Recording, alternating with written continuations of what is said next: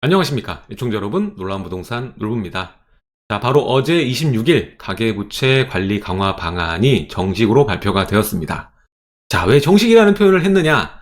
25일 그 전날에 이미 Q&A 자료가 돌았단 말입니다. 그래서 그 자료를 토대로 이미 저희 채널에서 같이 이야기를 나눴었는데, 자, 26일 발표된 내용 보니까 Q&A에는 없던 내용도 있었기 때문에 오늘은 그 내용을 중심으로 시장에 어떤 영향을 줄 수 있는지, 당장 내년의 일이니까 2달밖에 안 남았습니다. 거기에 대해서 이야기를 나눠볼 텐데, 대표적으로는 오늘 주제에도 써놨지만, 원래 전세자금 대출이라고 하면 보편적으로는 이자만 갚는 것이라고 생각을 하십니다. 예, 거치식으로 운용을 하다가 나중에 이사 갈 때 일시에 상환되는 형식, 그런 형식으로 운용을 해왔는데, 자, 주택담보대출 생각을 해보죠. 예전에 주택담보대출을 할 때 빌릴 수 있는 금액도 많았고, 또 거치식으로 꽤 긴 시간 동안 운용을 할 수가 있었습니다. 원금 갚지 않고도. 근데 이게 강화되면서 이제는 원금을 갚아나가는 형식으로, 무조건 원리금 상환 형식으로 받아들이고 있죠. 예. 근데 이 전세자금 대출도 그런 식으로 유도하겠다라는 내용이 있습니다. 예, 그래서 원래는 이자만 갚던 전세자금 대출이 이제 원금도 갚아야 된다 라고 강제적으로 얘기할 수는 없겠지만, 은행에서 이제는 원금도 같이 상환할 수 있도록 유도하는 유도 정책을 이제는 필 겁니다. 대표적으로 이런 전략을 필 때는 우대금리 같은 게 적용이 되겠죠. 원리금 상환할 때는 이자를 좀 깎아준다든지, 이런 식으로 앞으로 운영이 될 거라는 생각이 들어서 오늘 주제로 제일 중요한 부분, 이제는 전세자금 대출도 원금도 같이 상환할 수 있도록 유도하는 형식으로 시장이 돌아가게 될 것이다라는 것입니다. 자, 이외에 어떤 내용이 있는지 함께 지금부터 살펴보도록 하겠습니다. 시청하시기 전에 좋아요와 구독하기 부탁드리겠습니다.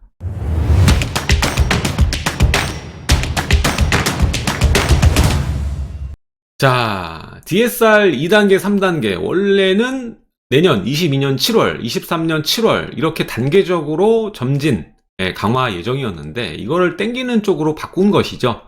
자, 사진이 작다 보니까 글자가 좀 깨질 겁니다. 여러분들 보시기 좀 불편하실 수도 있는데, 자, 일단은 현행은 1단계 수준이었는데 이 2단계가 내년 1월로 6개월이 단축이 된 겁니다. 6개월을 조기 시행하게 되는 것이죠. 그래서 총 대출액으로 보는 겁니다. 전에는 이제 6억 초과 주택담보대출, 또 1억을 넘는 신용대출에 대해서 DSR 적용이 들어갔는데, 자, 이제는 총 대출액으로 본다 이거죠.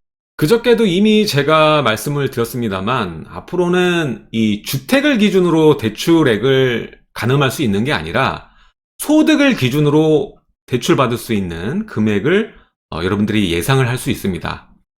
자, 이게 굉장히 중요한 부분이에요. 잠시 뒤에 얘기를 하도록 하고요.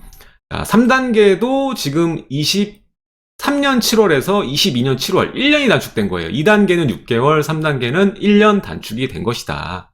자, 그래서 실제적으로 보니까 여기 옆에 그림이 있죠.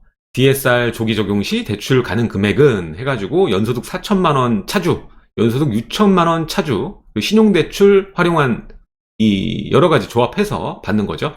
자, 지금 무주택자 실수요자 같은 경우에는 또 대출해 줄 수 있는 금액 퍼센테이지, LTV를 올려놨기 때문에 50%를 6억 주택에 적용시키게 되면 3억을 빌릴 수가 있었고, 신용대출도 받게 되면 이제 1억 해서 4억 정도를 실제 가용 금액으로 잡았으면 딱 맞을 겁니다. 근데 이게 내년 들어가면은 확 줄어버린다는 겁니다. 자, 보면은, 자, 적용 후 원래는 4억 빌릴 수 있었던 금액이 DSR 적용을 함으로써 어떤 수단을 쓰더라도 2억 7천만 원, 2억 7천5백만 원이죠. 그러니까 1억 거의 4천만 원 정도가 비게 되는 겁니다. 이게 몇 천만 원 줄어드는 게 아니란 얘기죠. 억 단위 이상으로 내가 빌릴 수 있는 금액이 줄어듭니다. 이렇게 되면 어떻습니까? 내가 원래 보고 있던 주택, 지금은 살 수 있었던 주택을 못 사게 되는 거고, 눈을 한 번 더 낮춰서 좀 더 작은 소형이나 아니면은 오래된 주택을 살 수밖에 없는 그러한 상황으로 바뀌게 되는 것이죠. 자, 흡사 지난 이 상승연과 좀 비슷한데, 자, 가격이 오르다 보니까 지난 장에서는 아파트 가격이 일제히 오르다 보니까 가격이 올라서 내가 원래 살 수 있었던 주택을 못 샀다고 치면 이제는 대출 때문에 빌릴 수 있는 돈이 줄어들어서 못 사게 되는 그러한 파급 효과를 여러분들이 직통으로 받을 수밖에 없는 것입니다. 그래서 지금 굉장히 불안하신 분들 많을 겁니다. 무주택자신 분들이 지금 집을 살려고 하거나 아니면 1주택자분들이 갈아타려고 준비했던 분들, 이런 분들 같은 경우, 그리고 더 문제는 뭐냐면 지금 본인 집을 전세를 주고 있다가 이제 내년쯤 돼서 만기 도래해서 내가 실거주로 입주하려고 했는데 내년에는 이제 DSR 적용 받게 되면은 내가 계산한 금액보다는 덜 나오니까 내가 내 집에 못 들어가는 이렇게 차질을 빚는 케이스도 굉장히 많을 것이다 라는 것입니다. 자, 앞선 사례들, 무주택자 갈아타기, 그리고 내 집에 다시 들어가시는 분들, 이런 분들 다 실제 수요자 아닙니까? 실수요자 보호라는 명목 아래에 가계부채 관리 방안을 하는 건데 지금 실수요자들에게 굉장한 고통을 주게 되는 그러한 정책이라는 것이죠. 자, 어제 발표되었던 내용 한번 다시 간단하게 살펴보겠습니다. 자, DSR 조기 적용이 핵심인 것이고요. 2단계가 6개월 단축, 3단계가 1년이 단축돼서 조기 시행되는 겁니다. 자, 기존에는 우리가 집값을 근간으로 대출 가능 금액을 계산했어요. LTV로. 그래서 집값이 오르게 되면 뭐 화가 나기도 하지만 반면에 대출 가능 금액도 늘었기 때문에 자기가 보태야 되는 이 자본이 그래도 어느 정도는 유도리가 있었는데 이제는 내년부터는 집값이 얼마가 오르든지 소득이 늘지 않게 되면 빌릴 수 있는 금액은 변화가 없습니다. 그대로죠. 그래서 소득이 늘면 내가 빌릴 수 있는 대출 한도가 늘어나겠지만 소득이 늘지 않으면 한도 변화는 없을 것이다. 이게 중요한 내용입니다. 자, 그리고 신용대출도 만기 줄였죠. 7년, 5년. 만기도 이제 줄기 때문에 앞으로 어떻게 되겠습니까? 앞으로 가면 갈수록 추가 대출 한도가 낮아질 수밖에 없는 구조거든요. 머리를 써서 이렇게 만든 거죠. 그래서 앞으로는 점차적으로 빌릴 수 있는 금액이 줄어든다. 이게 가장 중요한 핵심입니다. 자, 그리고 이 금융권에 해당하는 이 보험 대출, 카드 대출, 카드론, 이것도 지금 50%로 하향해서 내년부터 시행이 된다고 합니다. 자, 원래는 이제 60%였던 것, 95%였던 것들이 이제 밑으로 다 내려오게 되는 것이죠. 그래서 결론적으로 이 금융권까지 토탈해서 빌릴 수 있는 금액 자체가 내년부터는 확 줄어든다는 겁니다. 자, 근데 이쯤에서 좀 이상하다는 생각이 많이 들지 않습니까? 가계부채 관리 방안 강화를 할 정도로 지금 큰 문제가 발생을 했습니까? 국가적으로 위험한 수준까지 올라왔나? 해외 다른 국가들 선진국과 비교하는 걸 그렇게 좋아하면서 다른 나라 국가 부채 우리나라 국가 부채 비교했을 때 우리나라가 월등히 높습니까? 그건 아니거든요.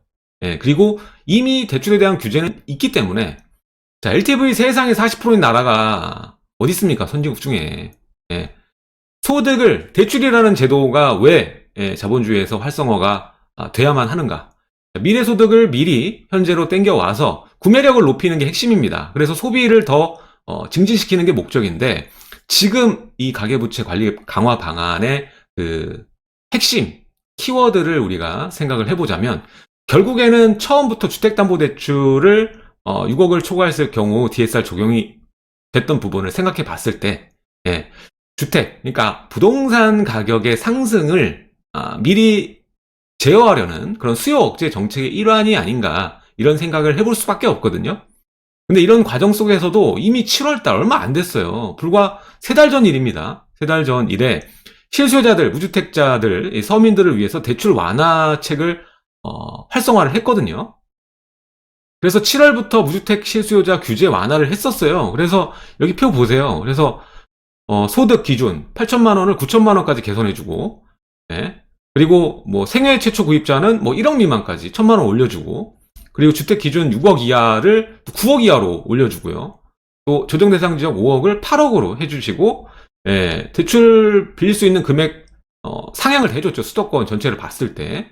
그래서 최대 대출 한도는 이제 정해놨죠. 4억으로 정해놨지만 그래도 이 빌릴 수 있는 금액이나 아니 소득 기준 자체를 높여놨기 때문에 자, 이거를 중심으로 제가 콘텐츠를 한 적도 있었죠. 이제는 저가주택 강세 시장이다. 이런 얘기를 드렸었는데, 자, 여기다 찬물을 그대로 끼얹고 있는 거죠. 그래서 가장 영향을 받는, 대출의 영향을 받는 게 저가주택인데, 이렇게 DSR 적용이 2억을 넘어가는 금액부터 적용을 내년부터 시킨다면, 당장 저가 부동산에는 큰 타격을 줄 수밖에 없습니다. 아니, 불과 1년도 아니고 3개월 전에 완화를 해줬으면서 이거를 아예 뒤집어 엎는 2억이잖아요. 지금 한도 4억으로 이렇게 해놓고서 갑자기 2억 넘어가면은 DSR 적용한다고 하면 뒤엎는 거 아닙니까? 손바닥을 바로 뒤집는 거 아닙니까? 예, 이렇게 바꾼 거는 이유가 있다라는 거죠. 그 안에 원심에는 결국 이 부동산 가격에 대해 제어가 거의 어려운 상황이니까 대출 규제를 했는데도 뚫고 계속 신고가 나오고 있죠. 지금 수도권도 신고가 계속 나오고 있습니다. 예, 뭐 거래가 안 된다. 그리고 뉴스를 보면은 이제 소형주택들 중심으로 뭐 가격이 빠졌다 이런 것들 많은데 결국에는 대출에 대한 영향입니다. 이것도 대출에 대한 영향인데 이 대출에 대한 영향이 오래 갑니까? 제가 이전에도 컨텐츠에도 말씀드렸지만 대출 규제했을 때 뭐 6개월, 1년 지나고 나면 결국 시장은 적응하고 다시 상향할 수밖에 없는 구조에 있습니다. 그 구조가 왜 그래요? 공급 부족입니다. 기존 매물도 거래 못하게 만들어 놨으면서 예, 공급 숫자로 뭐 3기 신도시 뭐 100만 호 뭐 얘기하면 뭐합니까? 얘기하면 뭐예요? 얘기로 끝나는데 지금 없잖아요. 예. 그래서 막을 길이 없다는 거예요. 지금 구조 안에서는.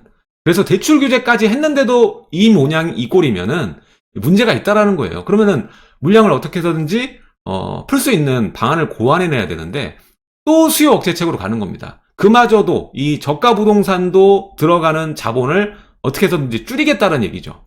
결국에는 남는 게 뭘까요?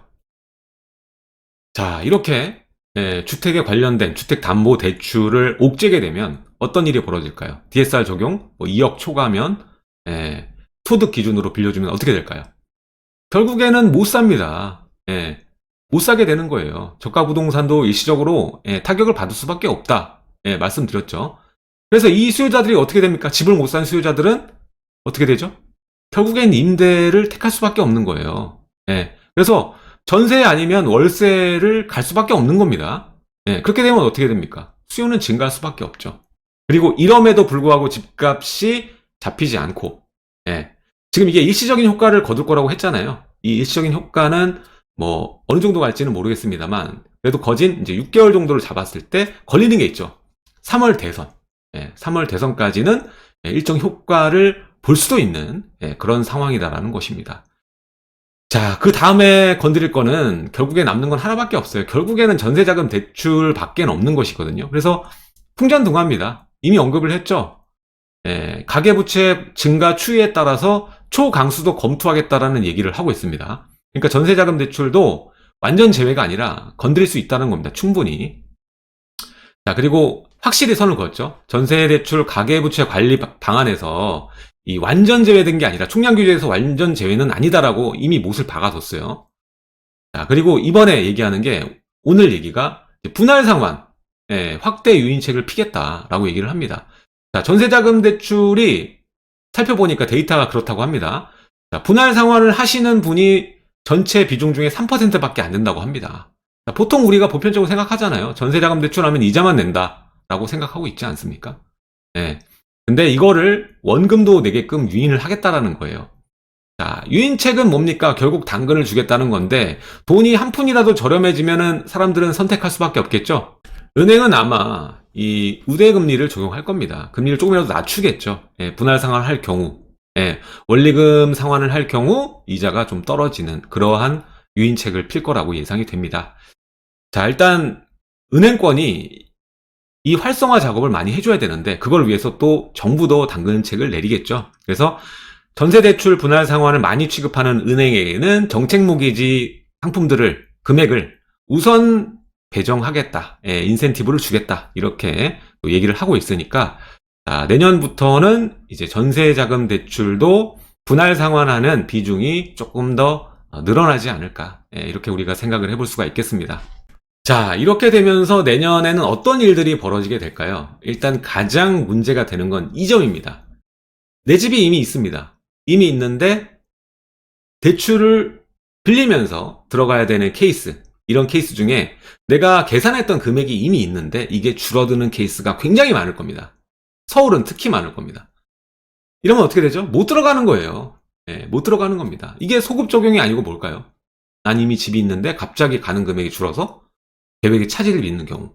분양은 왜 인정해 주는데 이건 인정 안 해주냐 이거죠. 이런 케이스 굉장히 많을 거라고 보여지고요. 또 하나 가장 큰 문제점이 전세에 대한 대책은 하나도 준비가 안 돼 있으면서도 사람들을 전세로 내몰고 있다라는 겁니다. 자, 현재로 전세대출 같은 경우에는 규제가 없죠. 자, 사람의 심리는 똑같습니다. 조금 더 이익이 되는 포지션으로 갈 수밖에 없거든요. 근데 이제 내가 원래 사고 싶어 하는 집을 못 사게 됐어요. 근데 저 집은 들어가고 싶지 않다는 거죠. 가능한 집은. 적응기가 필요합니다. 이 집에서 이 집으로 눈을 낮추는 데는 적응기가 필요하다고요. 당장에는 전세가 더 유리할 수밖에 없겠죠.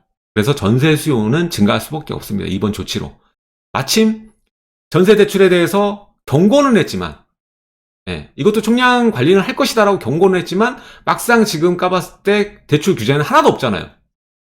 그러니까 전세 수요로 돌아서는 분들이 오히려 증가하는 증가책이라고 볼 수 있죠. 매수 수요는 억제책이 맞지만 전세 수요는 증가책이다. 그리고 전세로도 못 들어가는 분은 결국에는 월세로 갈 수밖에 없다. 전월세 증가책이다 라는 것이고, 자, 지금 전세 대책이 시급한 상황에 오히려 수요는 증가하게 내버려 둔다. 이거 심각한 거 아닙니까? 국민을 위한 정책이 절대 아니라는 거죠. 이번 조기 시행은. 자, 전세 매물이 지금 부족한 상황이죠. 이런 상황에 수요까지 증가시킨다? 그럼 어떻게 되죠? 결국에 가격 급등은 피할 수 없을 거라는 거죠. 피할 수 없을 겁니다. 이렇게 되면서 또 어떻게 되겠죠? 갭이 줄어들죠, 전세가율이. 자, 저가 아파트, 중가 아파트, 대출을 활용하는 아파트는 이번 조치로 인해서 영향을 내년에는 받을 수밖에 없습니다. 근데 15억 초과 대출 안 해줬을 때 어떻게 됐습니까? 일시적으로는 타격이 있었고 주춤했지만 결국에 어땠죠?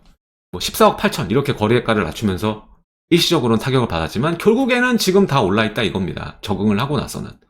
결국 적응기를 겹치면은 지금 구조 자체가 안성 공급 부족 상황입니다. 이거를 해결하려면 3기 신도시도 들어와야 되고 도시 내에서도 서울 내에서도 주택 공급이 원활하게 이루어져야 됩니다. 3기 신도시만 들어선다고 해서 서울 집값 빠질 거라는 생각하시면 오산이란 얘기죠. 그래서 지금도 이미 수량만 있지 보상도 제대로 안 된 적도 많은데 이러한 만성 공급 부족 상황에서 이 조기 시행한다고 해서 집값이 빠질까? 자, 일단은 저가 아파트가 큰 영향을 받을 수밖에 없겠습니다만 일시적인 타격만 있을 뿐이지 결국에는 전세가 폭등으로 인해서 갭만 줄어들면서 굳이 전세 대출을 안 받아도 좀 더 나아가서 똑똑하신 분이라면 소득을 좀 더 늘리면서 미리 집을 사놓는 케이스도 분명히 있을 겁니다. 이제 조금만 더 가면 벼랑 끝이에요. 더 이상 방비책이 없어질 수도 있습니다. 계속 막고 있잖아요. 여러분들이 이 초인플레이션 장, 앞으로 오게 될 이 초인플레이션 장, 미국도 내년에 집값 상승 굉장히 높게 잡아놨습니다. 우리나라라고 뭐 다를 것 같습니까? 그렇지 않습니다. 원가 자체도 굉장히 올랐고 지금 시공비도 엄청 올랐어요. 여러분들이 지금 매일 보지 않으니까 잘 모르실 수도 있겠지만 공사비도 굉장히 많이 올랐습니다. 자, 이런 상황에 집값이 빠지길 아직도 기대한다면 여러분들이 거의 벼랑 끝에 내몰리게 될 수밖에 없다고 말씀드릴 수가 있고요. 그럼에도 아직까지 여러분들 방법은 남아 있습니다. 자, 올해 안에 대출 굉장히 힘든 상황이지만 올해 안에 아직까지 뭐 제가 아까도 물어봤지만 단위농협이나 빌릴 수가 있습니다. 올해 안에 눈을 조금 낮춰서 어떻게든 내 집 마련하는 방법이 있고요. 저는 이걸 추천드립니다. 그리고 또 이번에 그 조기 시행 되고 이번에 발표 내용들 보면은 적용 제외된 부동산들이 있어요. 지금은 뭐 가릴 게 없습니다. 아파트 아니면 난 안 해. 이런 생각을 버리셔야 돼요. 눈을 낮추라고 말씀드렸죠. 적용 제외된 부동산들 대출 잘 나옵니다. 이러한 부동산들을 활용해서 어떻게든 내 자산을 마련해서 방어하는 것이 가장 좋고 투자자들 입장에서도 꼭 아파트가 아니고 주택이 아니어도 되니까 자산을 효과적으로 늘려서 안정적으로 내 능력 안에서 너무 또 오버하면 안 되겠죠. 그래서 가만히 그냥 돈을 썩히는 것보다는 자산 포지션을 잘 잡아놓는 게 지금은 중요하다. 인플레이션 장애 중요하다고 말씀을 드리고 싶고요. 자, 결국에 좁혀보니까 이 분양을 잘 노리시고요. 또 전세를 활용해서 자산을 매입해 놓으면 최소한 벼락거지는 면할 수 있다. 이렇게 말씀을 드리고 싶습니다. 자, 오늘은 정식 발표 내용에 저희가 미리 다뤘던 Q&A 내용 외에 중요했던 내용 함께 얘기를 나눠보고, 이 조기 시행으로 인해서 어떤 일이 발생할 수 있고, 그리고 어떻게 해서 우리가 살아남을지까지 함께 고민을 해봤습니다. 지금까지 놀라운 부동산 놀부였고요. 하단에 좋아요와 구독하기, 그리고 첫 번째 댓글 누르시면 블로그로 이동합니다. 블로그에도 제가 매일 뉴스를 제 느낌대로 또 풀어서 쓰고 있기 때문에 많이 이웃 신청 해주시면 감사하겠습니다. 지금까지 놀라운 부동산 놀부였습니다. 감사합니다.